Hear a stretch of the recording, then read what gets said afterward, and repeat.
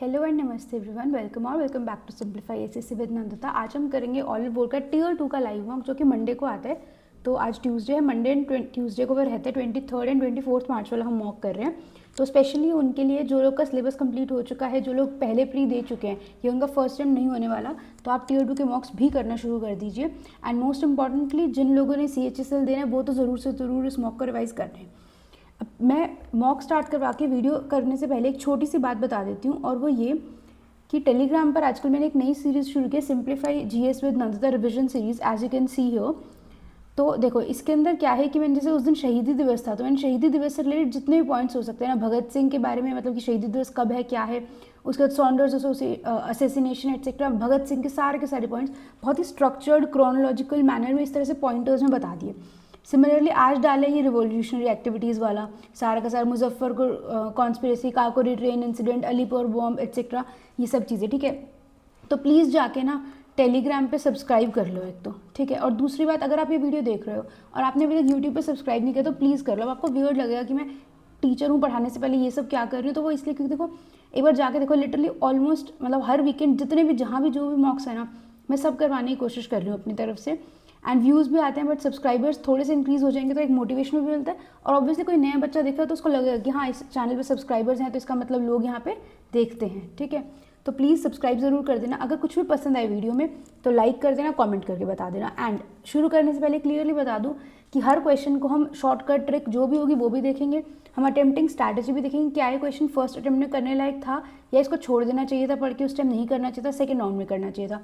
And most importantly जिस भी question के अंदर कोई भी रिलेटेड रिजल्ट्स, फॉर्मूलाज, थ्योरम्स होंगी, हम वो सारी की सारी साथ में रिवाइज करेंगे, ठीक है। तो लेट्स बिगिन। हम शुरू करते हैं हमारे क्वेश्चन नंबर 1 से, ठीक है। क्वेश्चन नंबर 1 हमारा कहता है, how many different arrangements of the word creation are possible if they do not begin with OR। ये किसका क्वेश्चन है? हमारा परम्यूटेशन का परम्यूटेशन का क्वेश्चन है, ठीक है। सबको पता है अगर मैंने ये वर्ड लिख दिया क्रिएशन, कोई लेटर रिपीट हो रहा है इसमें? नहीं हो रहा। और कितने लेटर्स हैं ये? 3 3 6 2 8। तो इसको अरेंज करने के मेरे पास 8 फैक्टोरियल वेज हैं। अब वो कह रहे हैं कि do not begin with OR, मतलब यहाँ पे कुछ भी हो सकता है, यहाँ पे भी कुछ भी, मतलब यहाँ पे और R नहीं होने चाहिए, वो ये कह रहे हैं। तो क्या हम नहीं वाले कैलकुलेट करते हैं? नहीं, because this a very tedious task, right. We are not going to put कि ए फर्स्ट और सेकेंड पे क्या क्या आ सकता है। हम क्या करते हैं, टोटल माइनस OR वाले कर लेंगे, तो हमारे पास नॉट OR वाले आ जाएंगे, राइट। मतलब मैंने O और R को स्पेसिफाई कर दिया। अब मेरे पास 1 2 3 4 5 6 जगह बच गई ना मेरे पास। इन 6 जगह को कैसे फिल कर सकती हूँ? 6 फैक्टोरियल वेज से। तो मुझे क्या निकालना था? OR वाले, तो सॉरी नॉट OR वाले, तो वो क्या आएंगे? टोटल माइनस OR, तो यानी कि 8 फैक्टोरियल माइनस 6 फैक्टोरियल, ठीक है। इसमें से 6 फैक्टोरियल को कॉमन निकाल दो, इसका क्या बच जाएगा? 8 × 7 यानी कि 56 माइनस 1 यानी कि 55। ये कितना हो जाएगा? 720 × 55। इसको कैसे करेंगे? 55 से मत करो, 72 को क्या करो? 5 से करो। कितना हो गया? 360 × 10 था और × 11 था। 36 × 11 तो सबको पता है 396 होता है। आगे 2 0। सो my answer is option number D. I hope सबको समझ में आया होगा। क्वेश्चन नंबर 2 देखो, ऑलमोस्ट ओरली करने का क्वेश्चन है। वो क्या कहते हैं? 16m² minus 9n² equal to this, इतना दिस। सबको पता है ना, a² minus b² equal to होता है a plus B into a minus B. तो ये इसको कैसे लिखोगे? This 13a minus B into 4m plus 3n is equals to 559। ये किस पे जाएगा? 4 पे एंड देन 3 पे, 43। तो इसकी वैल्यू कितनी आ गई? 43। हमें क्या चाहिए? ये कितना हो जाएगा? 43 minus 2 is equals to 31, which is my answer, option number C. बहुत सिंपल क्वेश्चन था। अच्छा देखो, फर्स्ट क्वेश्चन कैसा था? अगर किसी को परम्यूटेशन कॉम्बिनेशन आता ही नहीं है या किसी को डर लगता है तो आप इस क्वेश्चन को क्या कर सकते थे? स्किप कर सकते थे। क्वेश्चन को स्किप नहीं, स्किप इन फर्स्ट राउंड कर सकते थे, ठीक है। तो आप कहते हैं कि चलो मैं इसको बाद में आके देखूंगा क्योंकि मुझे परम्यूटेशन से डर लगता है। ये कैसा क्वेश्चन था? बहुत ही सिंपल। ये तो ऑलमोस्ट बिना पेन उठाए ही हो जाना चाहिए था, है ना। तो ये तो सबको करना ही करना चाहिए था फर्स्ट राउंड में, वेरी क्विकली, ठीक है। थर्ड क्वेश्चन अगेन देखो, दिखने में ये भी बिल्कुल सिंपल ही क्वेश्चन है, बस कैलकुलेशन ध्यान से करनी है, लेकिन छोड़ने का क्वेश्चन नहीं है। तो ये भी फर्स्ट राउंड का क्वेश्चन है, ठीक है। उसने क्या बोल दिया? Cos of a equal to 5/9 है। मान लो ये मेरा a एंगल है, तो कॉस का मतलब क्या हुआ? ये 5 हो गया, ये 9 हो गया, तो ये कितना हो जाएगा? 25 प्लस 81 माइनस 25 हो जाएगा। तो ये कितना हो जाएगा? √56। इसको हम लिख सकते हैं 2√14। निकालने को क्या बोल रहे हैं? देखो अब tan और secant की ना एक आइडेंटिटी होती है, लेकिन वो माइनस की होती तो हम कॉमन निकाल के 5 लिख देते। लेकिन इसमें प्लस है तो आइडेंटिटी डायरेक्ट तो नहीं लगेगी, लेकिन आप इसको आइडेंटिटी को तोड़ मरोड़ के क्या कर सकते हो, सेक और टैन में से किसी एक को रख सकते हो। बट क्या हमें उसकी नीड है, पहले आइडेंटिटी लगाएं फिर इवेंचुअली वैल्यू, जब ट्रायंगल ही बन गया तो फटाफट से वैल्यूज नहीं रख सकते हम अपना। देखो सीधे से देखो, कॉस है 5/9 है तो सेक क्या होता है, मतलब कॉस का 1 सेक इज इक्वल्स टू 1 कॉस होता है, तो कॉस 5/9 तो सेक सीधे से क्या होगा 9/5, तो ये डायरेक्टली लिख दिया मैंने 81/25 प्लस 5। टैन कितना होता है परपेंडिकुलर अपॉन बेस, लेकिन हमें स्क्वायर चाहिए तो डायरेक्टली कितना हो जाएगा 56/25, तो ये कितना हो गया 56/25। 5/25 का 5 कट जाएगा, ये क्या बचेगा 81/5 प्लस 56/5 इज इक्वल्स टू कितना हो जाएगा ये 137/5, जो कि आपके पास आएगा 27.4। ठीक है, और साथ में उसने क्या दिया था -1 -1, so my answer is going to be 26.4। All right, let's do the next question. Question number 4 कहता है right prism has a base area of 12√5x centimetre square, height है इतनी, वॉल्यूम है इतनी, find the value of x निकाल दो। ठीक है, सबको पता है वॉल्यूम ऑफ प्रिज्म क्या होता है। ठीक है, वॉल्यूम ऑफ प्रिज्म हमारे पास होता है area of base into height. ठीक है, अगेन ये देखो, अच्छा पिछला क्वेश्चन अगेन फर्स्ट राउंड का क्वेश्चन था, ये भी फर्स्ट राउंड का क्वेश्चन है। अब तक तो सबको पता ही है कि प्रिज्म पिरामिड इंपॉर्टेंट टॉपिक्स होते हैं, करने ही होते हैं, छोड़ने के नहीं होते ये। ठीक है ना, तो जिसको प्रिज्म का फॉर्मूला पता है उसके लिए तो बहुत सिंपल क्वेश्चन था। वॉल्यूम कितनी बोली उसने 12√5x, एरिया ऑफ बेस कितना हो जाएगा, okay area of sorry guys छोटी सी मिस्टेक हो गई, वॉल्यूम तो दी हुई है। ओके वॉल्यूम कितनी बोली है उसने 4800√5, एरिया ऑफ बेस उसने बोला 12√5x इंटू हाइट हो गई उसकी 20, 12 इंटू 20 कितना होता है 240, तो ये कितना हो जाएगा 20√5 से √5 कट जाएगा, x की वैल्यू कितनी आ जाएगी हमारे पास 20। ठीक है, सिर्फ वैल्यूज पुट करने का क्वेश्चन था। अगला क्वेश्चन देखो, the length of the shadow of a vertical tower on level ground increases by x metres when the altitude of the sun changes from 30 degree to 15 degree. If the height of the tower is y meter, then which of the following option is correct?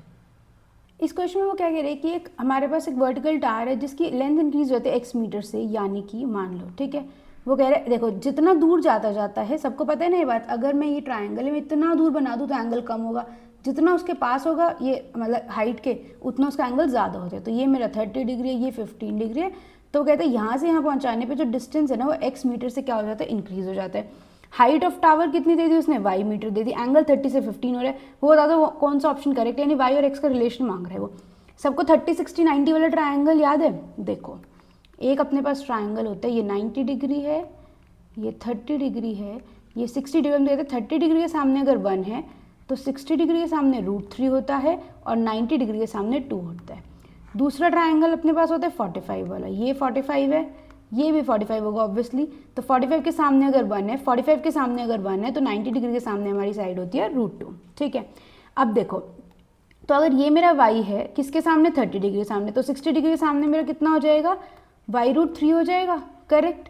अब ये देखो ये angle है 15 degree, तो अब हमें क्या चाहिए यहाँ पर, ओके सॉरी, अब हमें यहाँ पर क्या चाहिए tan 15 चाहिए। बहुत सारे लोगों को tan 15 की वैल्यू याद नहीं होती है एंड वो याद रखना प्रेफर भी नहीं करते, विच इज़ कम्प्लीटली फाइन। ठीक है, अगर आप बाकी का पूरा बहुत अच्छे से पढ़ाई कर रहे हो ना और आपकी स्पीड ओके है तो आप पेपर में कुछ सेकंड्स लगा के आपको tan a माइनस बी का फॉर्मूला पता होगा तो आप tan 45 माइनस 30 करके tan 15 की वैल्यू निकाल सकते हो, कोई भी दिक्कत की बात नहीं है। ठीक है, अब जिसको नहीं पता कोई बात नहीं है, जिसको पता है या जिसको अब जाननी है तो अब सुन लो, tan 15 की वैल्यू तो √3 - 1 डिवाइडेड बाय √3 + 1, ये भी यूज़ कर सकते हो, या फिर इसको रैशनलाइज कर दो तो 2 - √3 मिल जाएगा।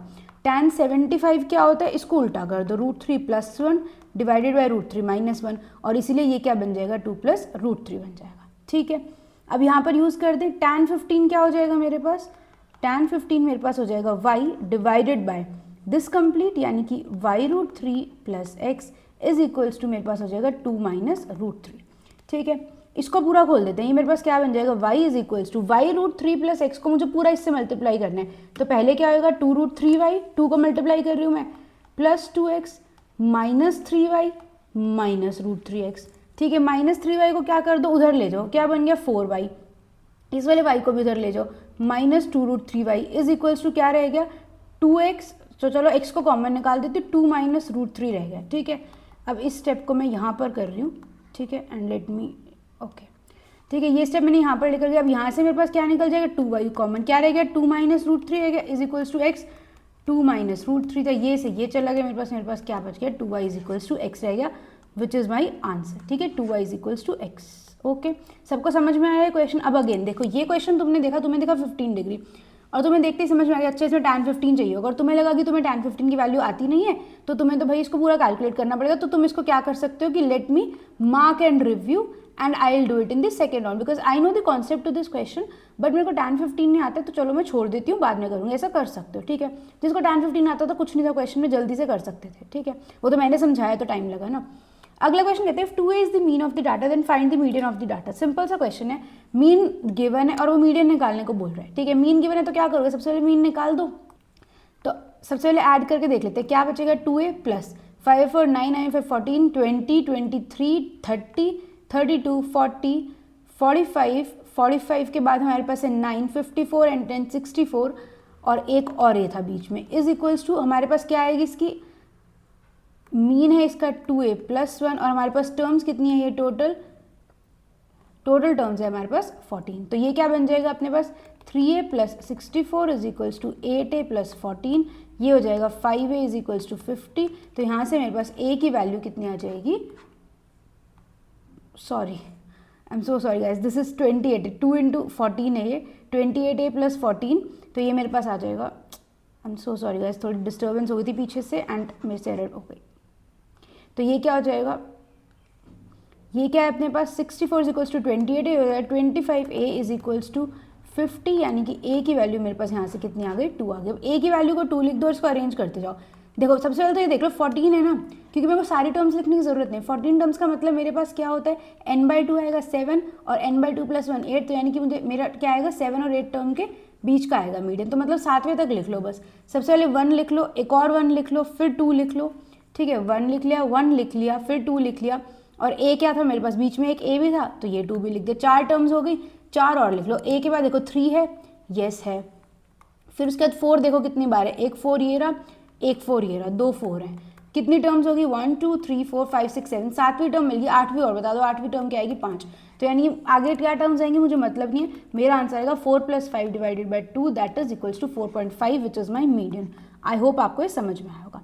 अगला क्वेश्चन देखते हो, कैसे इफ 9 1 क्वेश्चन मार्क गिवन है, 9 1 क्वेश्चन मार्क, ये एक 3 डिजिट का नंबर है, कंप्लीटली डिविजिबल बाय 12। देखो जब भी किसी बड़े नंबर 12 72 इनकी डिविजिबिलिटी चेक करते हैं ना, तो हम क्या करते हैं, इनकी डिविजिबिलिटी दो नंबर्स x और y ऐसे से चेक करते हैं जिनको मल्टीप्लाई करें 12 मिले या 72 मिले, इनका HCF 1 हो, यानी कि 12 की डिविजिबिलिटी चेक करेंगे। आप 2 और 6 की नहीं चेक करोगे, वो गलत है। आप किसकी करोगे, 3 और 4 की, राइट, क्योंकि 3 और 4 के आपस में HCF 1 है। सिमिलरली 12 के लिए आप 72 के लिए 12 और 6 की डिविजिबिलिटी चेक नहीं करोगे, आप किसकी करते हो, 8 और 9 की करते हो, राइट। तो अब इसमें सबसे पहले क्या करेंगे, 3 की डिविजिबिलिटी चेक। 3 के लिए 9 तो हो गया, 1 के साथ हमें कुछ चाहिए, राइट। और दूसरी चीज़ हमें क्या चाहिए, 4 की डिविजिबिलिटी चाहिए। 4 के लिए क्या चाहिए मुझे, 1 क्वेश्चन मार्क को 4 से डिविजिबल करवाना है। मतलब ये क्या आ सकता है 1 2, क्या ये 8 आ सकता है, नहीं आ सकता। 5 तो वैसे ही नहीं आ सकता, इधर 2 और 8 आ सकता है, 18 हो सकता है 4 से डिविजिबल नहीं। तो इसका आंसर क्या आता, 2। जस्ट अ सेकेंड,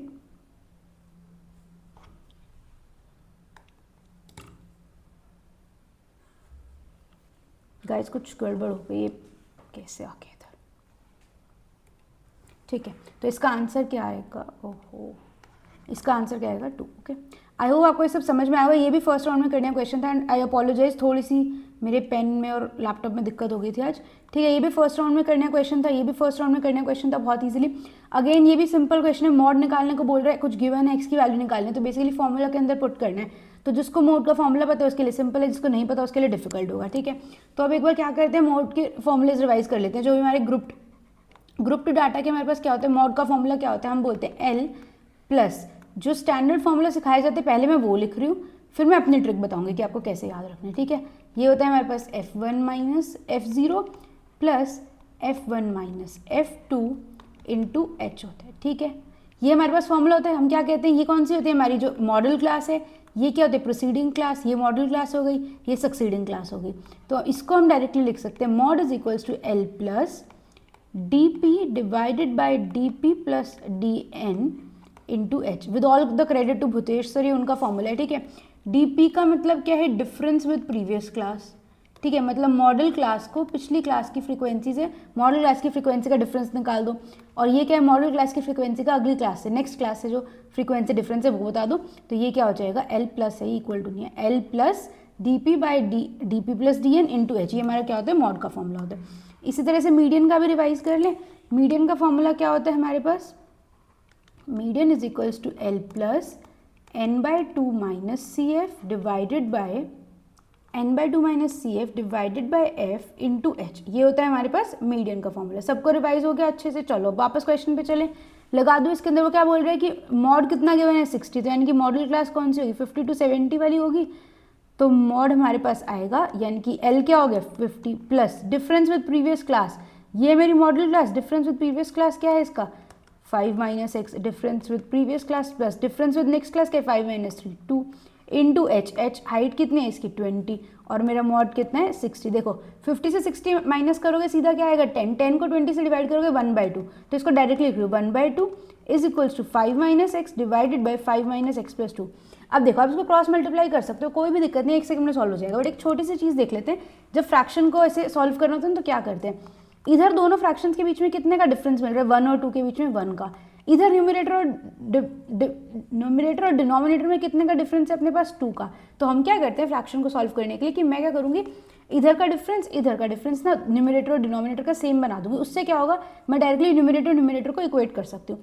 तो इसको अगर सेम बनाने तो ये क्या बन जाएगा 2/4 इज इक्वल्स जो मेरी आर एच एस थी, तो 5 माइनस एक्स को मैं क्या लिख सकती हूँ 2, तो मेरे पास एक्स की वैल्यू क्या आ जाएगी 3। विश्वास नहीं तो नीचे वाले से देख लो, 5 माइनस एक्स प्लस 2 क्या लिख सकते हो 4, तो इस केस में भी एक्स की वैल्यू क्या हो जाएगी 3 आ जाएगी। ठीक है, आई होप आप सबको समझ आया होगा। देखो लंबी हो रही है वीडियो लेकिन रिविजन बहुत अच्छी हो रही है, ये देख लो आप लोग। अब आता है क्वेश्चन नंबर 9। ये कहते हैं कि shopkeeper purchase 17 kg wheat for rupees this, ठीक है। उसके बाद उसने बोला कि उसने कुछ अमाउंट लगा दिया ट्रांसपोर्टेशन में और फिर उसको 3600 का बेच दिया। 3600 का बेचने से ना उसको 22% का प्रॉफिट हुआ, यानी कि हम क्या बोलते हैं सीपी को 122/100 करोगे तो आपको 3600 मिलेगा, राइट।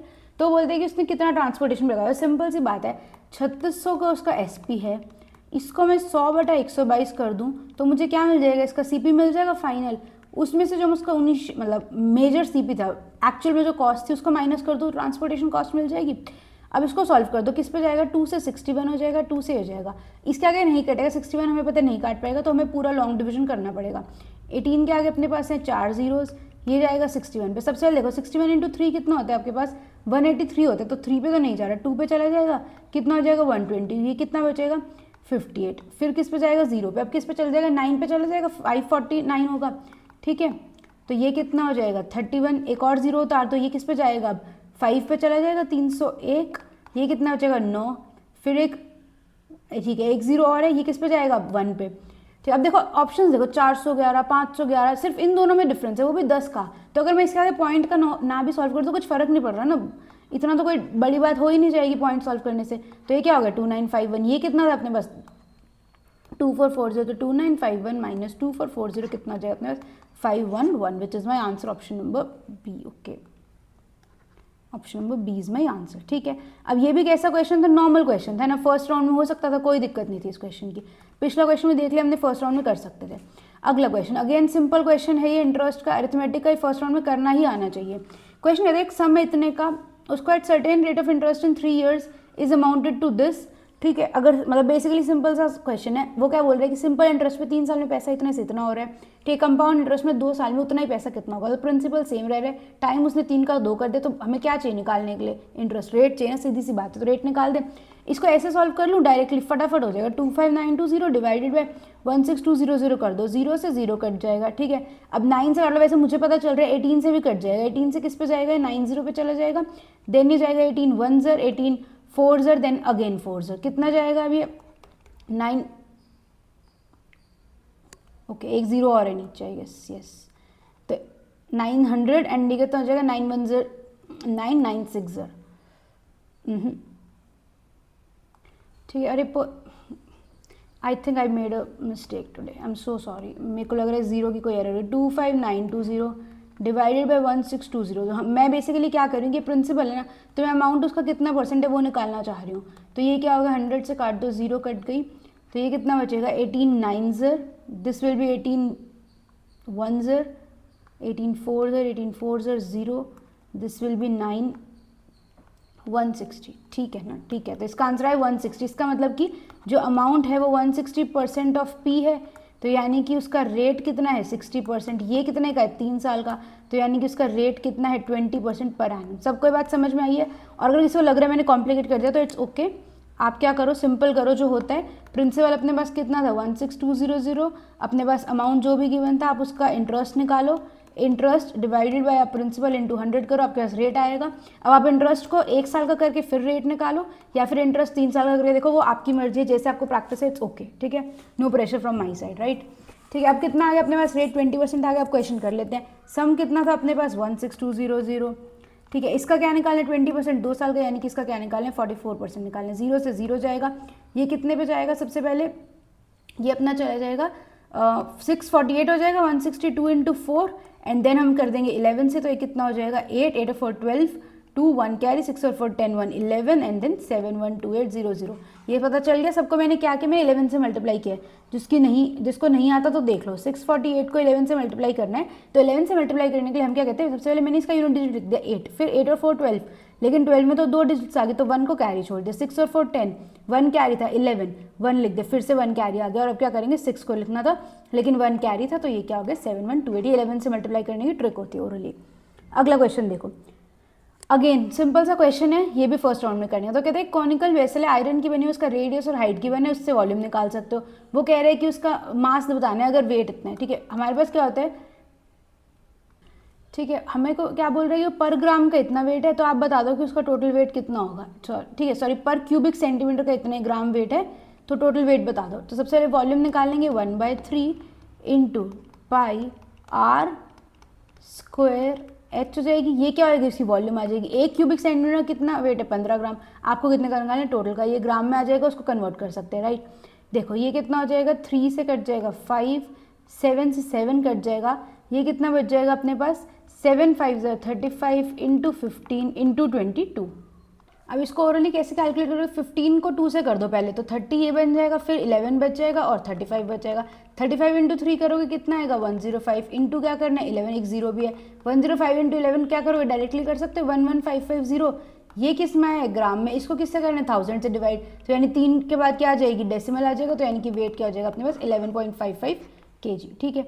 अगला क्वेश्चन देख लो, क्वेश्चन नंबर 12 कहता है sculptor creates 2 solid shapes, a cylinder and a sphere where the radius of sphere is x centimetre, height of cylinder is 4 times the radius of sphere, volume sphere equal, तो दोनों की volume equal है और radius को निकालें in terms of x, ठीक है। Volume equal है, डायरेक्टली लिख रही हूँ। सबसे पहले स्फीयर की क्या आएगी 4/3, पाई को नहीं लिख रही मैं, रेडियस क्या है x³ is equal two cylinder का क्या आएगा, पाई को नहीं लिख रहे, रेडियस हमें निकालना है, तो मैंने क्या लिख दिया r²। h कितना है उसने बोला 4 times the radius of sphere 4x, ठीक है। 4 से 4 गया मेरे पास, x से क्या गया है मेरे पास स्क्वायर बचा, तो मेरे पास r² आ चुका है x²/3, तो मेरे को रेडियस निकालना है, वो क्या हो जाएगा x/√3। कुछ नहीं था इस क्वेश्चन के अंदर, है ना, ठीक है। अगला क्वेश्चन देखते हैं, अगेन फर्स्ट राउंड में करने का था। 13th क्वेश्चन देखो। अब देखो ये जिसको आता था वेल एंड गुड, जिसको नहीं आता था वो सोचेगा पता नहीं क्या पूछ लिया, है ना, ठीक है। तो ध्यान से देखो, बोलते हैं variance of 7 values is 360, if each value triples find the standard division of new values. सबसे पहले तो आपको पता होना चाहिए कि वेरिएंस होती क्या है, ठीक है। वेरिएंस को क्या हम बोलते हैं, submission deviation square divided by n बोल देते हैं, वेयर डेविएशन मेरी क्या होती है x माइनस x बार का मॉड्यूलस होता है, और ठीक है, मतलब डेविएशन मॉड्यूलस नहीं होता, लेकिन हम स्क्वायर कर देते हैं मॉड्यूलस के बराबर आ जाते हैं, ठीक है। ये क्या हो जाती है मेरे पास डेविएशन स्क्वायर, ठीक है। अब देखो स्टैंडर्ड डेविएशन वो क्या होता है, इसको हम ऐसे डिनोट करते हैं, इसको हम ऐसे डिनोट करते हैं, ये क्या होता है अंडर द रूट वेरिएंस होता है। अब देखो आपने भी चीज़ पढ़ी थी ना कि अगर मीन है, मीडियन है, मॉड है, अगर मैंने हर टर्म को k से मल्टीप्लाई कर दिया तो क्या होगा, मेरा मीन भी k से मल्टीप्लाई हो जाएगा।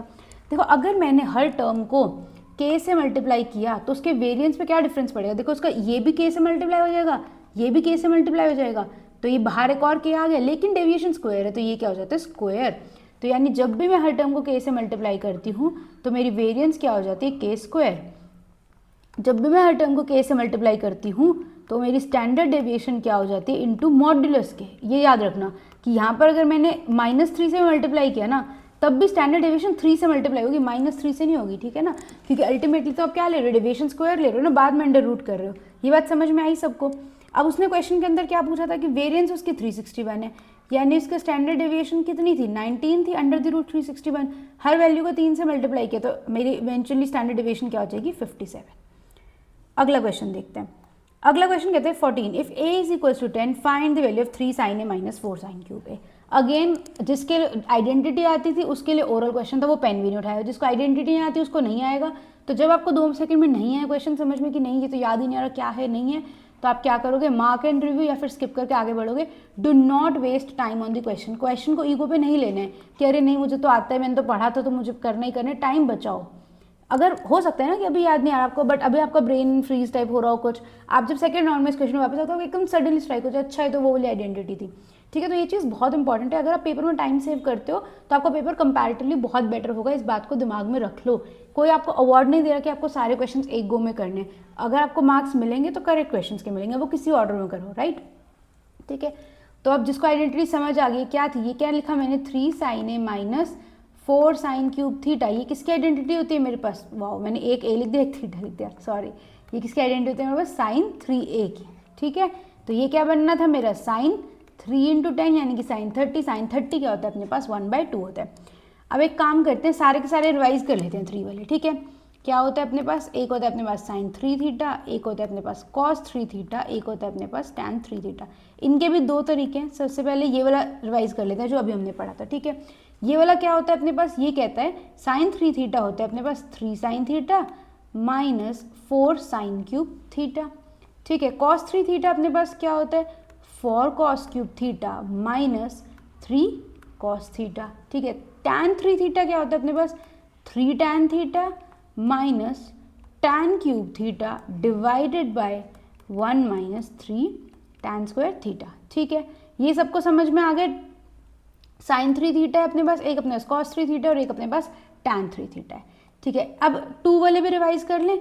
sin 2 थीटा अपने पास होता है 2 sin theta cos theta, then अपने पास होता है cos 2 थीटा। इसको डायरेक्टली एक याद रखो which is cos square minus sine square. अब इसी को खोल सकते हो। अब हमारे पास क्या होता है C square plus S square equal to 1 होता है, इसी को यूज कर दो। सी स्क्वायर को क्या लिख दोगे 1 माइनस एस स्क्वायर लिख दोगे तो 1 माइनस 2 एस स्क्वायर बन जाएगा। एस स्क्वायर को 1 माइनस सी स्क्वायर लिख दोगे तो ये आपके पास क्या बन जाएगा 2 सी स्क्वायर माइनस 1 बन जाएगा। ठीक है, एक और रिवाइज कर लेते हैं जो अपने पास होती है 1/4 वाली फॉर्म की। वो क्या कहते हैं 1/4 sin 3 थीटा। ये अपने पास क्या होता है, ये अपने पास होता है sin theta sin 60 minus theta sin 60 plus theta. For example अगर आपको कहीं पे ऐसा दिख जाए, मान लो sin 20 दिख गया, फिर आपको दिख गया sin 80 दिख गया और फिर आपको sin 40 दिख गया। अब आप सोचोगे ना 20 पता ना तो 80 पता ना 40 पता तो क्या करें, तो ये क्या है आपका sin थीटा है, ये क्या है आपका sin 60 प्लस थीटा है, ये क्या है आपका sin 60 माइनस थीटा है। तो ये बनेगा क्या 1/4 इंटू sin 3 थीटा बन जाएगा, यानी कि sin 60 बन जाएगा। आया समझ में। ठीक है, इसी तरह से cos की होती है अपने पास 1/4 cos 3 थीटा लिख दोगे और साइन की जगह बस cos आ जाएगा। ठीक है, tan की थोड़ी सी डिफरेंट होती है। tan में डायरेक्टली क्या होता है tan 3 थीटा 1/4 1/3 कुछ नहीं आएगा और क्या हो जाता है tan theta tan 60 minus theta and then tan 60 plus theta. I hope आप सबको सारी की सारी आइडेंटिटीज मस्त रिवाइज हो गई होंगी। 5 मिनट लगे लेकिन रिविजन हो गई है ना। साइन की 3 थीटा वाली होगी, साइन कॉस tan की 2 थीटा वाली भी होगी और 1/4 वाली भी होगी। जिन इसको 1/4 की जगह हम बोलेंगे 60 प्लस माइनस थीटा वाली बोल सकते हैं आप इनको नाम से। ठीक है, फिर अपने पास आता है curve surface area of hemisphere निकाल दो। वैसे तो देखो फॉर्मूला का क्वेश्चन है तो हो सकता है मैं ना भी करवाऊँ तो काम चल जाएगा, बट क्या करते हैं एक बार रिवाइज कर लेते हैं। अपने पास क्या होता है हेमिस्फीयर, हेमिस्फीयर का सी एस से अपने पास होता है 2πr²। हेमिस्फीयर कैसा होता है, ऐसा होता है ना, तो कर्व सरफेस एरिया मतलब बस इतने वाला पार्ट देख रहे हैं। टी एस से में ऊपर वाला भी इंक्लूड कर देते हैं सर्कल, तो क्या हो जाता है 3πr²। वॉल्यूम कितनी हो जाती है इसकी 2/3πr³। वहीं पे अपने पास क्या होता है स्फीयर, स्फीयर तो क्या है पूरा ही है ना, तो इसका सी एस से बोलो टी एस से बोलो सारा का सारा क्या होती है एक ही बात होती है विच इज़ 4πr²। और इसकी वॉल्यूम क्या हो जाती है इसकी डबल हो जाती है, 2 की जगह पे 4/3 आ जाते हैं, πr³ आ जाता है। ठीक है, क्वेश्चन करें कर लेते हैं, सिंपल से कर्व सरफेस एरिया निकालने को बोल रहे हैं। अच्छा देखो मीटर में गिवन और सेंटीमीटर में निकालने को बोल रहे हैं, बस छोटी सी चीज़ का ध्यान रखना है इसमें। ये कितना हो जाएगा 2πr², तो ये कितना हो जाएगा 2 × 20 2/7। अब 0.14 मीटर को सेंटीमीटर में करोगे तो 14 ही होगा, तो 14 × 14 ये कितना हो गया 7 2 सर 14 × 2 14 × 2 28 × 2 56 × 2 कितना हो जाएगा 112 112 को 11 से करोगे तो कितना आ जाएगा 1232 आ जाएगा। ठीक है, यूनिट से भी साफ दिख रहा था वैसे तो। ये फर्स्ट राउंड में करने का क्वेश्चन था, यस ये बता दिया मैंने। अगर आइडेंटिटी आती थी तो फर्स्ट राउंड में ओरली करने का क्वेश्चन था, नहीं आती थी तो फिर आपको या तो अगर याद आ जाती सेकंड राउंड में, नहीं आती तो फिर मे भी छोड़ना ही पड़ता। ठीक है, ये क्वेश्चन हो सकता है किसी को जिसको ट्रिग्नोमेट्री, अब देखो अगेन, जिसको ट्रिग्नोमेट्री की बहुत अच्छी रिवीजन है फर्स्ट गो में करो, जिसको ट्रिग्नोमेट्री से डर लगता है, मुश्किल लगती है, फॉर द टाइम बिंग छोड़ दो इसको। सोचो कि 16 तो क्वेश्चन पहुंचे ना, अभी तो 14 क्वेश्चन और है, तो पहले बाकी में से अच्छे से क्वेश्चन कर लेते हैं, फिर वापस आ जाएंगे इस क्वेश्चन पे, ठीक है। तो इन दैट केस आप इस क्वेश्चन को, मतलब ये भी नहीं कि पढ़ के फिर सोच रहे हो फिर टाइम वेस्ट करो, नहीं, दिखा ट्रिग्नोमेट्री, मेरी ट्रिग्नोमेट्री वीक है, छोड़ो क्वेश्चन, हम इसको सेकंड राउंड में करेंगे, सिंपल डील, ठीक है। अब देखो ये क्या, cosecant 4 theta minus cot 4 theta minus 2 cot square theta plus 5 divided this. अब देखो आप सोचोगे ना इसमें वैल्यू पुटिंग लगा दो। एक बात बताओ, अब मान लो मैंने इसमें लगा दिया 45 डिग्री, ठीक है, पहली बात तो 45 डिग्री लगाते ये तो मेरा नॉट डिफाइंड फॉर्म आ जाएगा, और ठीक है, और इसमें कुछ आएगा 1/√2। अगेन कहाँ है अपने पास, ये भी कितना होता है कोसेकेंट के लिए, क्या होता है √2 की 4 पावर करो, कॉम्प्लिकेटेड नंबर 2। दूसरी बात मेरे पास जो आएगी, अगर मैंने लगा दिया 0 तो मेरे पास ये भी 0 ये भी 0, तो वैल्यू पुटिंग क्या होता है, बहुत ही लिमिटेड अपॉर्चुनिटी देता है आपको। तो एक काम करते हैं, हम इसको डायरेक्टली सॉल्व करके देखते हैं, बहुत सिंपल है, कुछ ज़्यादा टाइम नहीं लगेगा।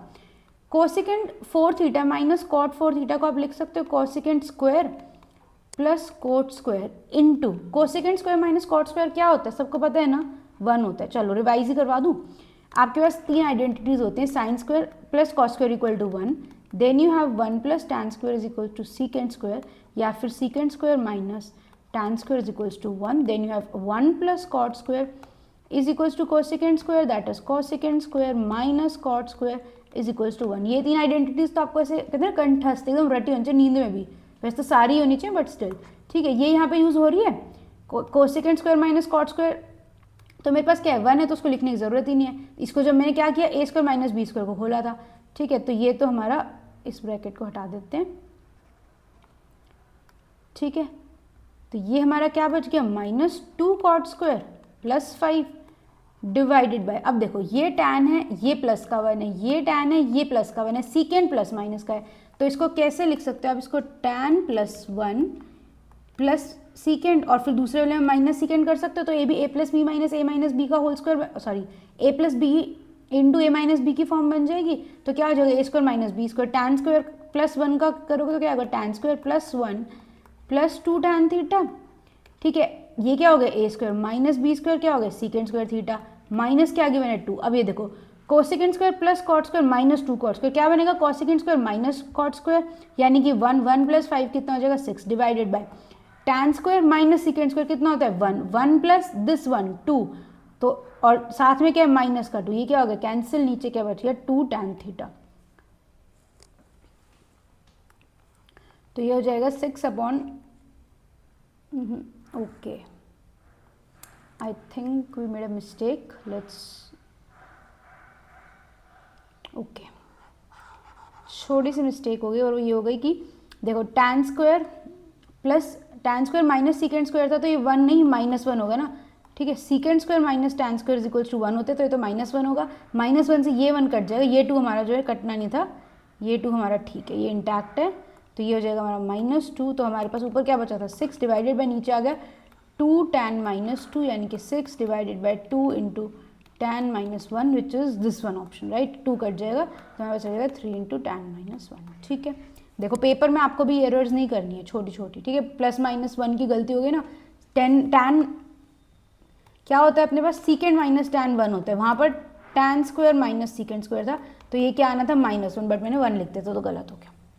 अगला क्वेश्चन देखो, सिमिलैरिटी क्वेश्चन, अगेन पेन की भी जरूरत नहीं इस क्वेश्चन में, वो क्या बोल रहा है कि mn और xyz है, कॉरेस्पॉन्डिंग देखना है ना बस, m किसके इक्वल है अपना 42, तो वहाँ पर 42 किस में z में, तो यानी m के साथ क्या आएगा z आएगा, फिर उसने क्या बोला n 51 है, वहाँ पर क्या है y, तो n के कॉरेस्पॉन्डिंग में क्या मिलना चाहिए y, तो यहाँ पर क्या था o के कॉरेस्पॉन्डिंग में क्या मिलेगा अपने को x मिलेगा, देख लो mno के कॉरेस्पॉन्डिंग में z x y है, ये गया, देन n के कॉरेस्पॉन्डिंग देखो यहाँ पे क्या मिल रहा है y, ठीक है, m के कॉरेस्पॉन्डिंग क्या मिल रहा है यहाँ पर x, m के कॉरेस्पॉन्डिंग x चाहिए नहीं चाहिए, o के कॉरेस्पॉन्डिंग x मिल रहा है, ठीक है, m के कॉरेस्पॉन्डिंग z मिल रहा है, ठीक है, n के कॉरेस्पॉन्डिंग y मिल रहा है, ठीक है, ये वाला ठीक है, तो हमारा ऑप्शन क्या है इसका, ऑप्शन नंबर सी। अगला क्वेश्चन देखते हैं, ओके, अब देखो आपको ये क्वेश्चन दिखा, मेरे को तो दिखने से ही लग रहा है 4 लाइन का क्वेश्चन है, वो भी टेंजेंट ये वो सर्कल वर्कल दिया है, तो मैंने सोचा मैं इसको सेकंड राउंड में करूँगी, टाइम ही नहीं वेस्ट करती, ठीक है, तो मैंने क्या किया इसको छोड़ दिया फॉर द टाइम बिंग, ठीक है। अब देखो क्वेश्चन देखते हैं, वो कहता है A B is the tangent of the circle with of centre, वो ये मैंने खुद से इसलिए बनाया ताकि यहाँ पे बनाने में एक तो टाइम ना वेस्ट हो और दूसरी बात थोड़ा सर्कल सीधा बन जाए, कई बार पेन से सीधी बनता नहीं है, ठीक है। अदरवाइज अभी आपको समझा देती हूँ कि फिगर फॉर्म कैसे करनी है। आपने सबसे पहले क्या देखा कि वो कह रहे हैं टेंजेंट दिया हुआ है from point A which is outside the circle, तो आपने यहाँ पे से एक पॉइंट ए से ना एक टेंजेंट ड्रॉ किया, ठीक है। टेंजेंट क्या है उसका, ए बी है। देन वो कहता है कि उसके बाद ओ ए लाइन पे वो कहते हैं एक पॉइंट सी है, ये यहाँ है पॉइंट सी। ओ ए लाइन पे कोई एक पॉइंट सी है, सी लाइन से आपने एक सी डी टेंजेंट ड्रॉ कर दिया, ठीक है। अब वो कह रहे हैं the radius of the circle is 16 centimetre, मान लो ये 16 सेंटीमीटर है और ए सी उसने आपको दे दी 14 सेंटीमीटर, ये यहाँ तक। अगेन ये भी कितना हो जाएगा, 16 हो जाएगा। And the length of smaller tangent is 12, वो बोल रहा है इस पूरे की लाइन, छोटे वाले टेंजेंट सी डी की लाइन कितनी है, 12, तो आप किसकी लेंथ निकाल दो, ए बी टेंजेंट की लेंथ निकाल दो, ठीक है। ओ बी क्या है, रेडियस, हमें पता है रेडियस क्या होता है, परपेंडिकुलर टू टेंजेंट होता है, तो मेरे को क्या मिल गया, 16 मिल गया। अब अगर देखो तो मेरे को ये ओ बी ए एक राइट एंगल ट्राइंगल मिल रहा है, ओ बी कितना है मेरे पास 16, ए बी मुझे निकालना है, और ओ ए में मेरे पास ना यहाँ तक 16 गिवन है, यहाँ तक 14 गिवन है, तो बेसिकली मुझे इतना सा पार्ट मिल जाए तो मेरा काम चल जाएगा। निकाल दे इतना सा पार्ट। इतना सा पार्ट कैसे निकालोगे, ये देखो O D C, O D C क्या है मेरे पास, सी डी टेंजेंट था, ओ डी भी क्या है, रेडियस, तो ये भी कितने का होगा, 90 डिग्री का, ये भी कितना हो जाएगा मेरे पास 16। तो अब मेरे पास कौन सा ट्राइंगल हो गया, ये 16 का ट्राइंगल हो गया, ये मेरे पास हो गया 12 हो गया। ये कितना है, 3 इंटू 4 है, ये कितना है मेरे पास 4 इंटू 4 है, तो यहाँ पर क्या आएगा 4 इंटू 5, 3 4 5 का ट्रिपलेट, तो ये कितना हो जाएगा मेरे पास 20 हो जाएगा यहाँ पर। तो अगर मेरे पास O से लेकर C तक, ओ सी 20 आ गया, सी ए मेरे पास 14 था, तो मेरे पास यहाँ पर क्या बच गया इवेंचुअली, ये बच गया 16, ये बच गया मेरे पास 34, और हमारे को निकालना क्या है, हमारे को ए बी की वैल्यू निकाल सकते हो डायरेक्टली। क्या है ये, 2 इंटू 17 है, ये 2 इंटू 18 है, तो ये क्या आएगा 2 इंटू 15, 8 15 17 का ट्रिपलेट होता है, आंसर क्या आएगा 30 आएगा। आया सबको समझ में, जिसको नहीं आया एक बार पीछे करके दोबारा देख सकते हो इस क्वेश्चन को। क्वेश्चन नंबर 19 देखो, कहते find the range of the third side if two sides of a triangle of 14 centimetre and 23 centimetre. Okay, एक काम करते हैं, सर्कल का रिवीजन किया ना, तो सर्कल के सारे पॉइंट्स रिवाइज कर लेते हैं कि सर्कल से रिलेटेड जितनी भी चीज़ होती है हमारे पास, स्पेशली टेंजेंट से रिलेटेड। सबसे पहले देखो, सबसे पहला पॉइंट है हमारे पास that chain, okay pardon my handwriting guys. सबसे पहला पॉइंट लिखते हैं हम, फर्स्ट पॉइंट हम लिखते हैं that radius is perpendicular to tangent, ठीक है, सबको पता है ना ये बात। ये मैंने कोई टेंजेंट बनाया, ये मेरा रेडियस है, तो यहाँ पे 90 डिग्री पे मीट करेगा। सेकंड पॉइंट अपने पास कौन सा होता है कि अगर मैंने ये किसी एक्सटर्नल पॉइंट ए से दो टेंजेंट्स ड्रॉ कर दिए, ए बी और ए सी, तो इसको क्या लिखते हैं हम, tangents from one external point. अच्छा पहले तो ये देख लो, बताती हूँ। एक एक्सटर्नल पॉइंट क्या है, वन एक्सटर्नल पॉइंट से कितने 2 मैक्स टेंजेंट्स आप बना सकते हो एक सर्कल के ऊपर, ठीक है, and both these are equal, ठीक है। तीसरी बात, ये जो मैंने बनाया था ऊपर इक्वल टेंजेंट्स वाला, अगर मैं इससे ऐसे रेडियस ज्वाइन कर दूं, ये 90 डिग्री ये 90 डिग्री, तो ये हमारे पास क्या होता है, जो मेरे पास ये वाला ट्राइंगल बनेगा, जो ये मेरे पास ये वाला ट्राइंगल बनेगा, ये आपस में ट्राइंगल्स कैसे हो जाते हैं, कॉन्ग्रुएंट हो जाते हैं, ठीक है। और क्या प्रॉपर्टी होती है अपने पास, नए पेज पे देखते हैं। और अपने पास एक प्रॉपर्टी होती है कि अगर ये मेरा टेंजेंट है, मान लो ये सीकेंट है और ये मेरा टेंजेंट है, ये P है, ये T मेरा कोई टेंजेंट है, पी ए बी मेरा क्या है, सीकेंट है, तो हमारे पास एक थ्योरम होती है जिसको हम बोलते हैं टेंजेंट सीकेंट थ्योरम। वो क्या कह देती है अपने को कि PT square is equals to PA into PB, ठीक है। और कौन सी चीज़ होती है हमारे पास, एक हमारे पास होती है ऑल्टरनेट सेगमेंट थ्योरम। क्या होती है हमारे पास, ऑल्टरनेट सेगमेंट थ्योरम होती है। वो क्या कहती है, ये मेरा कोई टेंजेंट है, ये मेरी कोई कॉर्ड है, अगर इस कॉर्ड ने यहाँ टेंजेंट के साथ थीटा एंगल फॉर्म किया तो अपनी ऑल्टरनेट सेगमेंट में भी सर्कल की ये कॉर्ड क्या करेगी, थीटा एंगल फॉर्म करेगी, ठीक है। और कोई प्रॉपर्टी होती है हमारी टेंजेंट से रिलेटेड, ठीक है, एक और रिवाइज कर लेते हैं। एक और प्रॉपर्टी क्या होती है, मैंने शायद पिछली क्लास में करवाई भी थी, कि अगर ये मेरा सर्कल है, यहाँ से मैंने दो टेंजेंट्स मतलब वहाँ से मैंने टेंजेंट्स ड्रॉ किया, अगर दोनों टेंजेंट्स के बीच में मेरा एंगल थीटा होता है, तो प्रॉपर्टी ये कहती है कि एक यहाँ पर एक्सटेंड कर दो इसको, ठीक है, एक यहाँ पर ले जाओ, तो ये वाला एंगल जो मेरा होता है, ये मेरा होता है 90 प्लस थीटा बाई 2, और ये जो इस तरह से साइक्लिक क्वाड्रिलेटरल का दूसरा ऑपोजिट एंगल बना, ये होता है 90 माइनस थीटा बाई 2। याद कैसे रखोगे, अगर टेंजेंट थीटा पे मीट करे तो उसके पास, जहाँ पे पास ही साइक्लिक क्वाड्रिलेटरल का पॉइंट बन रहा है, ये कितना होगा, क्योंकि जो चीज़ पास है, जो चीज़ आपके ज़्यादा पास होती है, आप उसको ज़्यादा वैल्यू देते हो ना, तो ये कितना हो गया 90 प्लस थीटा बाई 2, और वो कितना हो गया 90 माइनस थीटा बाई 2। ठीक है, तो ये काफ़ी सारे हमने एक साथ टेंजेंट से रिलेटेड थ्योरम्स रिवाइज कर ली। अब वापस आते हैं क्वेश्चन पे। क्वेश्चन है find the range of third side. क्या होती है हमारे पास, सबको पता है बात, अगर ए बी सी 3 साइड्स होती है तो हम कहते हैं any side, any third side, इसका जो वैल्यू होता है is less than A plus B and greater than mod of A minus B. और ऑलवेज रिमेंबर, क्या ये लेस देन इक्वल टू होता है? नो नो नो, ये बहुत जगह पे ऐसे कंफ्यूजन पॉइंट्स मिलेंगे।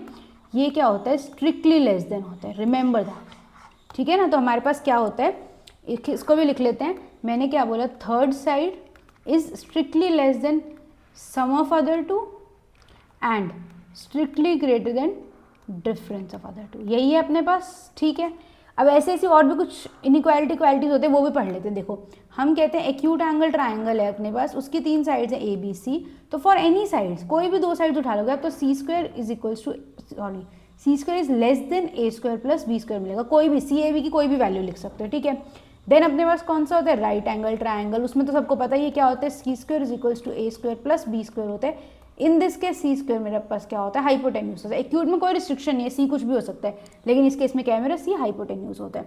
देन अपने पास क्या होता है? ऑब्ट्यूज एंगल ट्राइंगल, उसके अंदर क्या होता है अपने पास? C square is greater than A square plus B square होता है, और सी स्क्वायर वहाँ पर क्या होती है? हमारी लॉन्गेस्ट साइड होती है। लॉन्गेस्ट साइड कहाँ होती है? ऑपोजिट टू लार्जेस्ट एंगल होती है ना। ये ऑब्ट्यूज एंगल ट्राइंगल है, ये मेरा क्या है? सबसे बड़ा ट्राइंगल है ऑब्ट्यूज। यहाँ पर मेरी क्या होगी? सी होगी, ये मेरा क्या होगा? ए होगा, बी होगा। ठीक है, हो गई रिविजन। क्वेश्चन पे वापस आ जाओ। क्वेश्चन क्या बोलते हैं?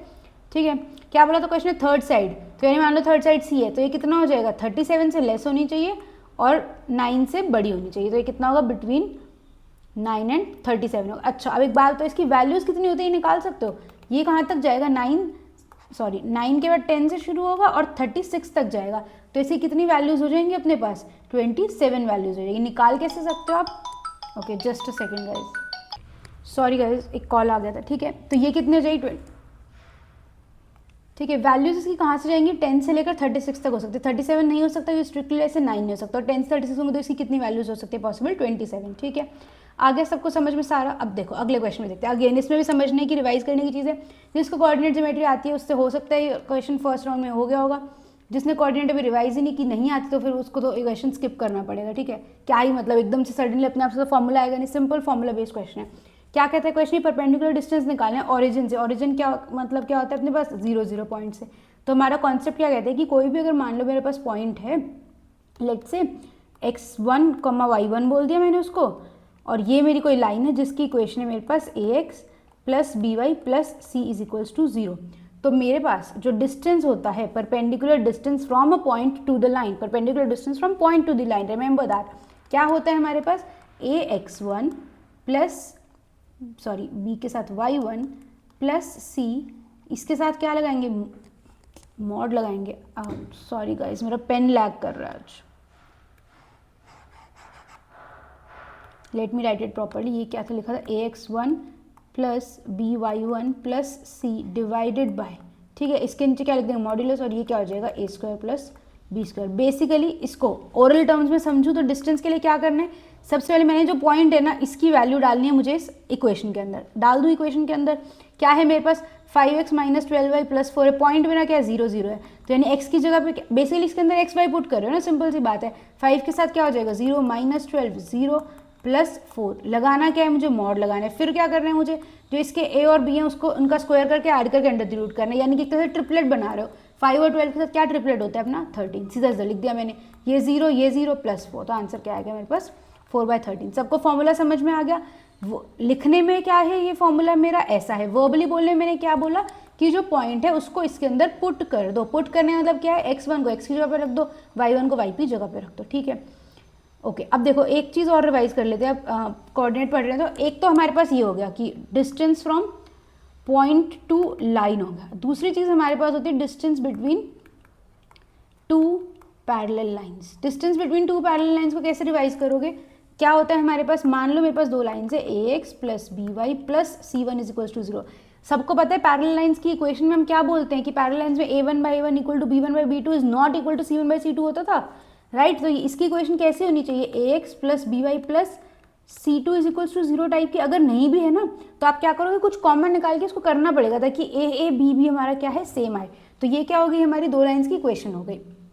अब इन दो लाइन्स के बीच में जो मेरा डिस्टेंस होता है वो होता है C1 माइनस C2, यानी अगेन इसका भी क्या लेंगे, मॉड लेंगे, कोई भी कर सकते हैं, divided by A square. Okay, मैंने कैपिटल में लिखा था तो क्या हो जाएगा मेरे पास ए स्क्वायर प्लस बी स्क्वायर। ठीक है, यानी कि दोनों का जो अनइक्वल वाला पार्ट होता है C1 C2 उसका सब्ट्रैक्ट करके मॉड ले लो, और अगेन जो ए बी थे इनका क्या ले लो, ट्रिपलेट बना के नीचे लिख दो।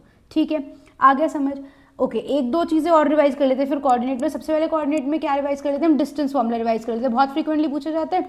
मान लो क्या है अपने पास, ये कोई पॉइंट है ए कॉमा बी, ये कोई पॉइंट है बी एक्स कॉमा वाई, तो इन दोनों पॉइंट्स के बीच में जो डिस्टेंस होगा उसको हम कैसे लिखते हैं, पहले तो अंडर द रूट लिखेंगे, फिर क्या होगा एक्स माइनस ए का whole square plus Y minus B का होल स्क्वायर। वर्बली बोलने में याद कैसे रखोगे, दोनों के एक्स एक्स का डिफरेंस लेके स्क्वायर कर दिया। ठीक है, अब एक्स माइनस ए करो, ए माइनस एक्स करो, एक ही बात है, दोनों के एक्स एक्स का डिफरेंस लेके स्क्वायर कर दिया, वाई वाई वाले पार्ट का कर दिया, ऐड करके रूट कर दिया, क्या आ गया, डिस्टेंस आ गया। दूसरी चीज़ एक हम पढ़ते हैं, क्या होता है हमारे पास सेक्शन फॉर्मूला। ठीक है, हम क्या कहते हैं, ये कोई पॉइंट ए है, इसको हम लिखते हैं x1 कमा y1, ये कोई पॉइंट है x2 कमा y2, इसको कोई पॉइंट C जो है ना वो क्या कर रहा है, m/n की रेशियो में क्या कर रहे हैं, डिवाइड कर रहे हैं। तो हम बोलते हैं C के जो कोऑर्डिनेट्स होंगे, C हमारा कैसा होगा, mx2, m किस साइड है, लेफ्ट साइड, ऐसे उसको इधर लेके जाओ, n इधर उसको इधर लेके जाओ, क्रॉस में करना है, mx2 plus nx1 divided by m plus n, comma ये क्या हो जाएगा, my2 plus ny1 divided by m plus n हो जाएगा। अब देखो अगर इसमें मिड पॉइंट होता तो m equal to n equal to 1 होता, तो सीधा सीधा क्या हो जाता है, x1 plus x2 divide by 2, y1 plus y2 divide by 2, right, याद है सबको। दूसरी चीज़, अगर यहाँ पे वो बोलते थे एक्सटर्नल डिवीजन कर रही है, वैसे तो ये मैथमेटिकली छोड़ दो उस चीज़ को बट अभी के लिए, बट अगर एक्सटर्नल होता तो यहाँ पे क्या आ जाता, माइनस आ जाता। ठीक है, और क्या रिवाइज कर सकते हैं हम इसके अंदर, मिड ओके स्लोप रिवाइज कर सकते हैं। स्लोप क्या होता है अपने पास, y2 minus y1 divided by x2 minus y1 is equals to m होता है। यानी कि दो पॉइंट्स बोल दिए मैंने, एक मतलब जिनसे लाइन मैंने x1 y1 और b है मेरा x2 y2, इनसे लाइन मैंने। दो बातें क्या ध्यान रखनी है, अगर ऊपर 2 माइनस 1 किए y2 माइनस y1 करो तो नीचे भी x2 माइनस x1 करना है। ठीक है, अगर मिस्टेक करो तो स्लोप पूरा पूरा बदल जाएगा, यहाँ पे कोई मॉड नहीं है, कुछ नहीं है। ठीक है, दूसरी बात क्या याद रखनी है, ऊपर हमेशा y2 माइनस y1 है, नीचे x2 माइनस y1 है। ठीक है, x क्या होता है पहले दिखता है ना, तो कई बार गलती से हम न्यूमरेटर में x करते हैं, नहीं करनी गलती। ठीक है, तो ऊपर y लिखना है, नीचे x लिखना है, और जिस साइड से अगर आप x y1 से करोगे तो 1 माइनस 2 ऊपर 1 माइनस 2 नीचे।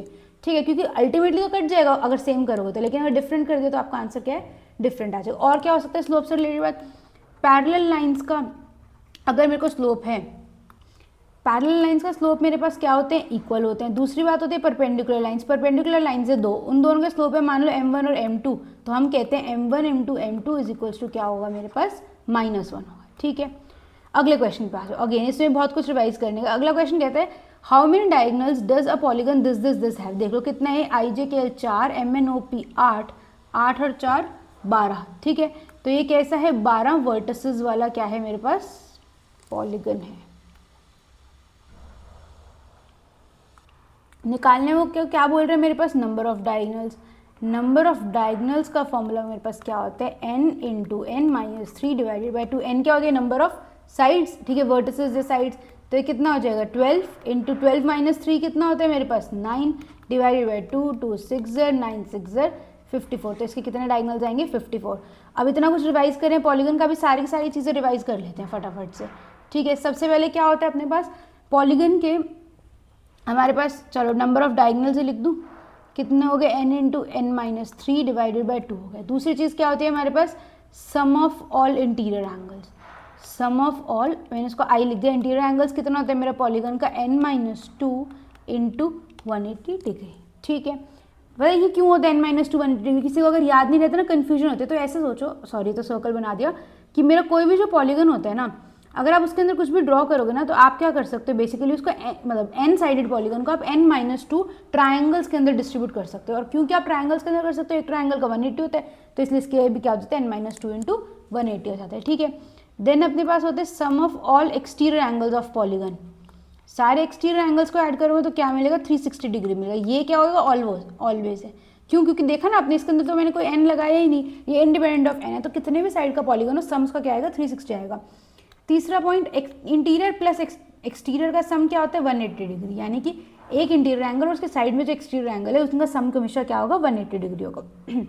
अगली बात क्या होती है अपने पास, एक एक्सटीरियर एंगल थीटा की वैल्यू होती है 360 डिग्री डिवाइडेड बाय n, यानी नंबर ऑफ साइड्स, या फिर n नंबर ऑफ साइड्स का बोलते हो 360 डिग्री डिवाइडेड बाय थीटा बोल सकते हैं, ठीक है। और क्या रिवाइज कर सकते हैं हम इसके अंदर, एरिया के फॉर्मूला देख लो, ठीक है। ये ज़्यादा पूछे तो नहीं जाते हैं, बट अब पता है और पेपर में कुछ भी पूछ सकते हैं तो रिवाइज कर लेते हैं। एरिया ऑफ पॉलीगन अपने पास क्या होता है, हाफ इंटू पेरीमीटर इंटू एपोथम। अब एपोथम क्या होता है हमारे पास, एपोथम होता है कि उसने हमारे जो भी पॉलीगन है ना, मान लो ये मैंने पेंटागन बनाते हैं 1 2 3 4 5 5 वाला बना रही हूँ कि स्क्वायर तक तो सबको आदत होती है। हम कहते हैं इसका जो भी सेंटर होगा ना पॉलीगन का, वहाँ से लेकर किसी भी साइड के मिड पॉइंट तक एक 90 डिग्री का परपेंडिकुलर डिस्टेंस जो होता है वो हमारा क्या होता है, एपोथम होता है, ठीक है। और दूसरा फॉर्मूला क्या होता है मेरे पास, एरिया ऑफ पॉलीगन का 1/4 n a स्क्वायर, ए क्या होते हैं उसकी एक साइड होते हैं, इंटू कॉट π/n होता है, ठीक है। यूजुअली ये काम नहीं आएंगे, एपोथम वाला रिसेंटली दिल्ली पुलिस में पूछा था एसएससी ने, बट ये वाला तो बहुत रेयरली पूछा जाता है आई थिंक, बट स्टिल आपको पता होना चाहिए, ठीक है। अगला क्वेश्चन देखो, n be the smallest positive integer, again number system का क्वेश्चन है, फर्स्ट को में करने का क्वेश्चन है।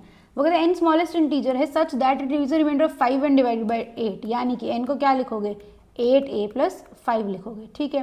And remainder of 7 and divide by 11, और क्या ये 11b + 7 है। देखो रिमाइंडर कितने का दे रहा है, वो 5 का दे रहा है, या फिर वो कितने का दे रहा है 7 का दे रहा है। आपके पास याद है, आपको एक चीज़ तो होती है कि हम कहते हैं सेम रिमाइंडर आ रहा है अगर मेरे पास, तो हमारा हो जाता है जो भी हमारे पास एलसीएम होता है इनटू हम के कर देते हैं, प्लस में हम आर कर देते हैं। दूसरा हम बोलते थे अगर नेगेटिव रिमाइंडर सेम है तो उसमें हम बोलते थे एलसीएम इनटू के माइनस आर कर देते थे, पता है ना सबको। अब क्या इसमें रिमाइंडर सेम है, नो। क्या इसमें नेगेटिव रिमाइंडर सेम है, नो। तो ये क्या होता है हमारा थर्ड टाइप होता है जो कि यूनिवर्सल होता है। तो उसमें क्या करते हैं हम इन दोनों को इक्वेट करते हैं, 8a + 5 = 11b + 7 को। अब मुझे ए और बी की कुछ ऐसी वैल्यूज निकालनी है, ये ऐसी वैल्यू निकालनी है, ऐसी स्मॉलेस्ट वैल्यू, स्मॉलेस्ट पॉसिबल, जिस पे दोनों इक्वेट करते हैं। किस पे करेंगे, राइट साइड से मान लो शुरू कर ले, b = 1 करो तो क्या आएगा 11 + 7 18, 18 में से 5 गया तो क्या वो 8a बन सकता है, नहीं बन सकता, एक ही कोई इंटीजर वैल्यू नहीं मिलेगी ना। जैसे b = 2 क्या, ये क्या होगा 22 + 7 29, तो क्या अगर आप 8a + 5 = 29 करते हो तो एक ही इंटीजर वैल्यू मिल रही है, यस मिल रही है, कितनी मिल रही है 3 मिल रही है, तो यानी कि 29 मेरी इसकी क्या हो सकती है, स्मॉलेस्ट पॉसिबल वैल्यू हो सकती है इस पार्ट की। तो मेरी जो एक्चुअल वो बनती है वो क्या बनती है अपने पास, कि अब मेरी n की जो वैल्यू आएगी वो क्या आएगी, एलसीएम ऑफ 8 and 11 इंटू क्या हो जाएगा k, प्लस में क्या हो जाएगा 29 जो हमने वहाँ से निकाला, तो क्या हो जाएगा 88k + 29, ये भी n की वैल्यू है। क्वेश्चन में वो कह रहे हैं what is the remainder when 3n + 4 is divided by 88, क्या बोल रहे हैं वो 3n + 4 को 88 से डिवाइड करना है, रिमाइंडर बता दो। n की जगह पे लिख दूँ 3 × 88k + 29 प्लस में 4 डिवाइडेड बाय 88, ये देखो 88 से ये वाला पार्ट तो जाएगा, 3 × 29 कितना होता है 87, तो 87 को 88 से डिवाइड करो तो रिमाइंडर कितना आएगा -1, 4 को डिवाइड करो तो रिमाइंडर कितना आएगा 4, तो यानी कि आंसर क्या आएगा अपने पास इसका 3, which is my answer option number C. Let's look at question number 23, कहते हैं साइड पी क्यू है, ठीक है, नीचे ही बनाएंगे। अब देखो क्वेश्चन इसलिए पूरा पढ़ना चाहिए, कहते हैं side P Q is produced in both ways, तो मैं ऐसे बना देती ना PQR, बन तो जाता, कुछ प्रॉब्लम नहीं थी, बट थोड़ा होता है ना हमें यूजुअली नीचे से एंगल से डील करने की आदत होती है, तो उस तरह से बनाओ। पहले क्वेश्चन पढ़ लो, ठीक है। क्या बोल रहे हैं एक्सटर्नल एंगल P कितना है अपने गिवन है 112, ये कितना गिवन है हमारे को 88, तो वो कह रहे हैं कि what is the nature of the triangle. यहीं से देखो ये कितना हो जाएगा, अगर आप सॉल्व करोगे तो 92 हो जाएगा, मेरा यहीं से सॉल्व हो गया, मुझे आगे करने की जरूरत ही नहीं पड़ी। अगर मेरा एक एंगल 92 डिग्रीज है यानी 90 ज़्यादा है तो ये मेरा क्या होगा, ऑब्ट्यूज एंगल ट्रायंगल। अगला क्वेश्चन देखो, अगर player hits a basketball shot with probability 3/8 independently on each attempt, यानी कि उसकी प्रोबेबिलिटी कितनी है, एक इंडिपेंडेंट इवेंट की 3/8 है, तो यानी कि उसकी प्रोबेबिलिटी ना करने की कितनी हो जाएगी 5/8 हो जाएगी। वो कहते हैं probability she scores exactly 4 times. सबको पता है ये कौन सा टॉपिक है, ये हमारा टॉपिक है बाइनोमियल का प्रोबेबिलिटी का। ये टॉपिक में क्या कहते हैं, प्रोबेबिलिटी ऑफ एक्स, इसका क्या मतलब होता है एक्स सक्सेसेस, px का मतलब क्या है इन n चांसेस, x बार ठीक हो रहा है, x सक्सेसेस की बात करें तो क्या होता है NCx इंटू p/x, p क्या है पॉजिटिव की सक्सेस की प्रोबेबिलिटी है, p क्या है मेरे पास सक्सेस की प्रोबेबिलिटी है, इंटू क्या हो जाएगा 1 - p जो कि फेलियर की प्रोबेबिलिटी है, ये क्या हो जाएगा n - x हो जाएगा, ठीक है। तो इस क्वेश्चन में कह रहे हैं एग्जैक्टली 4 टाइम्स, तो एक बार यहाँ पर 4 आएगा, यहाँ पर 4 आएगा। ये क्वेश्चन बहुत ईजी है कि उसने 5 3 5 3 दे दिया, तो मतलब इनकी तो कोई सेंस ही नहीं बनी ना। तो मेरे पास ऑप्शन में क्या आना था, 70 आना था। ठीक है, अदरवाइज अगर करना होता तो हम क्या करते, इसको कैसे सॉल्व करते हम, पूरा का पूरा हम 8c4 लिखते, फिर हम क्या लिखते 3/8 की पावर 4, और फिर हम लिखते 5/8 की पावर 4। बिकॉज हमारी ये तीनों गलत है, तो इसलिए हमारा क्वेश्चन इजीली हो गया। ठीक है, क्वेश्चन नंबर 25 देखो, कहते हैं square pyramid is placed in a cubical box such that the edge of cube is equal to this. Pyramid का क्वेश्चन है, तो एक काम करते हैं, पहले सारा का सारा पिरामिड रिवाइज कर लेते हैं। ठीक है, हम क्या करें, पूरा पिरामिड रिवाइज कर रहे हैं, क्वेश्चन को फिर करते हैं। पिरामिड के लिए सबसे पहले अपने पास क्या होता है, एल ए से क्या होता है हमारा पिरामिड का, half into perimeter of base into क्या होता है अपने पास स्लांट हाइट। हाइट नहीं होती, स्लांट हाइट होती है, याद रखना है। सेकंड चीज़ क्या होती है, टी एस से क्या होगा, एल एस से हो जाएगा, प्लस क्या हो जाएगा, एरिया ऑफ बेस हो जाएगा। फिर क्या होती है अपने पास वॉल्यूम क्या हो जाएगी, 1/3। रिलेट कैसे कर सकते हो, पिरामिड में क्या होता है कि जिसका नीचे से था ऐसे ऐसे ऐसे था, लेकिन उसका जो टॉप होता है ना वो पॉइंटेड हो जाता है। तो इसको किससे रिलेट कर सकते हो, कौन से रिलेट कर सकते हो, कौन में मेरे पास 1/3 होता है ना, 1/3πr²h, इसीलिए तो होता है। और सिलेंडर किसके जैसा होता है मेरे पास, सिलेंडर कैसा होता है मेरे पास, प्रिज्म जैसा, इसलिए तो सिलेंडर की वॉल्यूम πr²/h होता है, क्योंकि उसमें टॉप और बेस क्या होता है, इक्वल होता है प्रिज्म जैसा। तो ये क्या हो जाएगा 1/3 इंटू क्या लिखोगे, एरिया ऑफ बेस इंटू क्या लिखोगे, हाइट लिख दोगे। ठीक है, अब इसके अंदर स्लांट हाइट तो पता चल गई, हाइट पता चल गया, आप सोच लोगे इनका रिलेशन भी बता दो। वो क्या होता है अपने पास, सिंपल सी बात है, याद रखो, स्लांट हाइट का square is equals to height का स्क्वायर प्लस इन रेडियस का स्क्वायर। स्लांट एज का square is equals to height का स्क्वायर प्लस सर्कम रेडियस का स्क्वायर। तीसरा क्या होता है, स्लांट एज का square is equals to slant height का स्क्वायर प्लस बेस अपॉन 2 का स्क्वायर। ठीक है, इनको घोट के बीजो, इनको ट्राइंगल की फॉर्म में भी याद रख सकते हो इस तरह से। ठीक है, क्योंकि अगर मेरा स्लांट हाइट का स्क्वायर बोले तो वो मेरा क्या हाइपोटेन्यूस हो गया, ये यहाँ पर हो गए। सेकेंड ट्राइंगल में क्या हो गया, यहाँ पर मैंने आर लिख दिया, यहाँ पर मैंने एच लिख दिया, यहाँ पर मेरे को क्या मिल गया, स्लांट एच लिख दिया। थर्ड में क्या मिल गया, स्लांट एज यहाँ पे मिल गया, स्लांट हाइट यहाँ पे मिल गया, यहाँ पे क्या मिल गया, बेस/2 मिल गया। हो गया सबको, आज का स्क्रीनशॉट ले लो और अच्छे से इसको रिवाइज कर लो। अच्छा, क्वेश्चन रह गया, क्वेश्चन कहता है स्क्वायर पिरामिड है, इसको एक प्लेस किया है क्यूबिकल बॉक्स के अंदर। ठीक है, such that the edge of cube is equal to the side of pyramid. ठीक है, और उसने देखो लास्ट में पूछा volume of square to the cube पूछ रहा है, तो मैं ऐसे ही लिख रही हूँ directly, volume of pyramid divided by volume of cube. मैंने क्यूब को माना है ए, तो ये क्या आ गया, ए क्यूब। अब डील करते हैं, वो कह रहे हैं कि पिरामिड का जो बेस है ना क्या है, स्क्वायर है, स्क्वायर की साइड कितनी गिवन है, वो मेरे को ए ही बोल रहा है जो कि क्यूब की है। फिर वो बोलते हैं height of square pyramid is 2 times the edge of the cube. ये क्या आएगा 1/3 इंटू वॉल्यूम क्या होती है, area of base, area of base क्या हो जाएगा ए स्क्वायर, हाइट कितनी बोल रहे हो 2 times the edge of cube यानी कि 2 है। ठीक है, तो ये क्या हो जाएगा, ए क्यूब से ए क्यूब कट जाएगा और ये बच जाएगा 2/3। इस क्वेश्चन के अंदर तो कुछ भी नहीं था, बट पिरामिड था तो हमने रिवाइज कर लिया। ठीक है, क्वेश्चन 26 पे आ जाओ, कहते हैं टेहरी डैम हैज 4 इनलेट्स हैं, पहले 3 अगर एक साथ काम करते हैं तो 12 मिनट में काम होता है, दूसरा तीसरा चौथा काम करते तो 15 मिनट में काम होता है, और अगर पहला और चौथा काम करते तो 20 मिनट में होता है। ए बी सी डी, मैंने बोला ए प्लस बी प्लस सी कितनी देर में, देखो 12 है, 15 है, 60 है, सॉरी 20 है, तो मैंने 60 को क्या मान लिया, टोटल वर्क मान लिया। तो पहले 3 की मेरी एफिशिएंसी कितनी होगी, 5 होगी। फिर उसके उसने बोला कि सेकंड यानी कि third plus fourth B C D की मेरे पास एफिशिएंसी कितनी हो गई, 15 है यानी कि 4 हो गई। फिर क्या बोला उसने, फर्स्ट और फोर्थ ए प्लस डी इनकी एफिशिएंसी कितनी हो जाएगी, 3 हो जाएगी। हो गया। अब देखो अगर आप इन दोनों को ऐड करते हो तो मेरे पास क्या बचेगा, बी और सी 2 बार आ जाएगा और ए और डी बचेगा, और ए और डी को मैं सब्स्टिट्यूट कर सकती हूँ। यहाँ से मेरे पास आ जाएगा A plus 2 into B plus C plus D. इसकी एफिशिएंसी कितनी है, 9। ए प्लस डी की एफिशिएंसी कितनी है मेरे पास, 3। तो यानी कि बी प्लस सी की एफिशिएंसी क्या आ जाएगी, ट्वाइस ऑफ बी प्लस सी की 6 आएगी, तो बी प्लस सी की कितनी आ जाएगी एफिशिएंसी, 3। अगर मेरी बी प्लस सी की एफिशिएंसी 3 है तो यहाँ से डी की एफिशिएंसी क्या लिख सकते हो, 1 लिख सकते हो। अगर डी की एफिशिएंसी 1 है तो यहाँ से ए की एफिशिएंसी क्या लिख सकते हो, 2 लिख सकते हो। उसने क्या बोला था, चारों मिला के, तो मुझे बी और सी की इंडिविजुअल निकालने की जरूरत ही नहीं। क्या हो गया, 2 + 1 3, 3 + 3 6, तो ये कितना हो गया 60 divided by 6 is equals to 10 minutes. ठीक है, okay, let's do the next question. Again almost मतलब बहुत सिंपल क्वेश्चन था, है ना। ये क्या हो जाएगा, 5 की पावर है, इसको 5 की पावर में कन्वर्ट कर दूँ, 5n-1। ये क्या हो जाएगा, 5 की पावर -2 की पावर n-3 हो जाएगा। 1/25 को 5 की पावर -2 लिखोगे तो क्या हो गया, 5n-1 is equals to -2n + 6, कितना हो जाएगा इधर 7n is equals to 7, n की वैल्यू आ गई 1, खत्म। अगला देखो, the maths teacher said that less than 123 students. देखो अब ये क्वेश्चन देखोगे ना बहुत लंबा है, बट लेकिन आप 28 क्वेश्चन पे हो। अनलेस एंड आपने पहले बहुत सारे क्वेश्चन ऐसे छोड़े जो आपको आते थे तो आप पहले वो जाके कर सकते हो, बट अगर ये क्वेश्चन पहला दूसरा होता ना तो मैं कहती कि नहीं इतना लंबा क्वेश्चन है, पढ़ोगे और फट पढ़ने के बाद डिफिकल्ट लगा तो इस क्वेश्चन को आप फर्स्ट राउंड में करते ही नहीं। लेकिन अब तो 28 क्वेश्चन है, ठीक है, और जैसा ही टेस्ट था 28 क्वेश्चन तक आपने बहुत सारे क्वेश्चन कर लिए होंगे तो आप इसको फर्स्ट गो में कर सकते हो, ठीक है। वो कहते हैं कि टीचर बोल रहे हैं कि मैथ्स के टीचर ने बोला कि 123 से कम लेकिन 98 से ज़्यादा बच्चों के 90% से ज़्यादा है ऑल सब्जेक्ट्स में। इंग्लिश टीचर बोल रही है कि मोर देन 103 बच्चों के आए हैं बट लेस देन 108 बच्चों के आए हैं सारे सब्जेक्ट्स में। बात सेम की कर रहे हैं, किसकी बात कर रहे हैं, 90% इन ऑल सब्जेक्ट्स की। लेकिन मैथ्स टीचर कुछ कह रहे हैं, इंग्लिश टीचर कुछ कह रहे हैं, हिस्ट्री टीचर ने कुछ और कह दिया, और वो कह रहे हैं सारे के सारे करेक्ट भी है। तो अब बताओ, ये बेसिकली एक्चुअली में रीजनिंग जैसा क्वेश्चन है, ठीक है। मान लो मैंने क्या बोला, एक्स नंबर ऑफ स्टूडेंट्स है, मैथ्स टीचर बोलते हैं कि x is less than 123। Maths teacher क्या बोल रही है मेरी कि x is less than 123 but greater than 98। English teacher बोलती है कि x is less then 103 not more than but less than more than 103 and less than 108। Then history की टीचर बोलते हैं कि लेस देन 105 स्टूडेंट्स, यानी कि less than 105 but more than 93। तो बता दो कि कौन ठीक है। देखो मैंने बोला कि x 98 से बड़ा है, ठीक है, x 93 से बड़ा है, ये वैल्यू तो क्या होगी, इसमें सब्स्यूम हो गई, मतलब जो चीज़ 93 से बड़ी है वो 98 से बड़ी है वो 93 से तो बड़ी हो गई।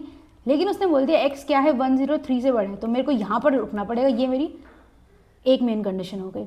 अब उसने बोला x 123 से लेस है, ठीक है, जो चीज़ 105 से लेस है वो 123 से लेस तो होगी, तो ये तो कंडीशन को नहीं देखेंगे। लेकिन अब वो कह रही है कि x 108 से लेस है, 105 से लेस है, तो हम क्या मानेंगे कि x किससे लेस है, 105 से लेस है ना, क्योंकि जो चीज़ 108 से लेस है वो 5 से लेस पक्का है। लेकिन जो चीज़ 105 से लेस है वो 108 में तो नहीं आएगी ना, क्योंकि 106 कहाँ जाएगा फिर, है ना। तो ये क्या हो जाएगा, मेरा आएगा x इज लेस देन 105 और ग्रेटर देन 103। तो मेरा क्या बचेगा इसके अंदर, x इज इक्वल्स टू 104 आएगा, ठीक है। समझ में आया सबको। रीजनिंग का क्वेश्चन सिर्फ मैथ्स को इंग्लिश लैंग्वेज को मैथ्स लैंग्वेज में कन्वर्ट करना था। अगला क्वेश्चन क्या है, वो कहते हैं एक बिल्डिंग है in the shape of a pyramid जिसको पेंट करना है आउटर वॉल्स। अभी भी पिरामिड का सब कुछ रिवाइज करके आए हैं हम।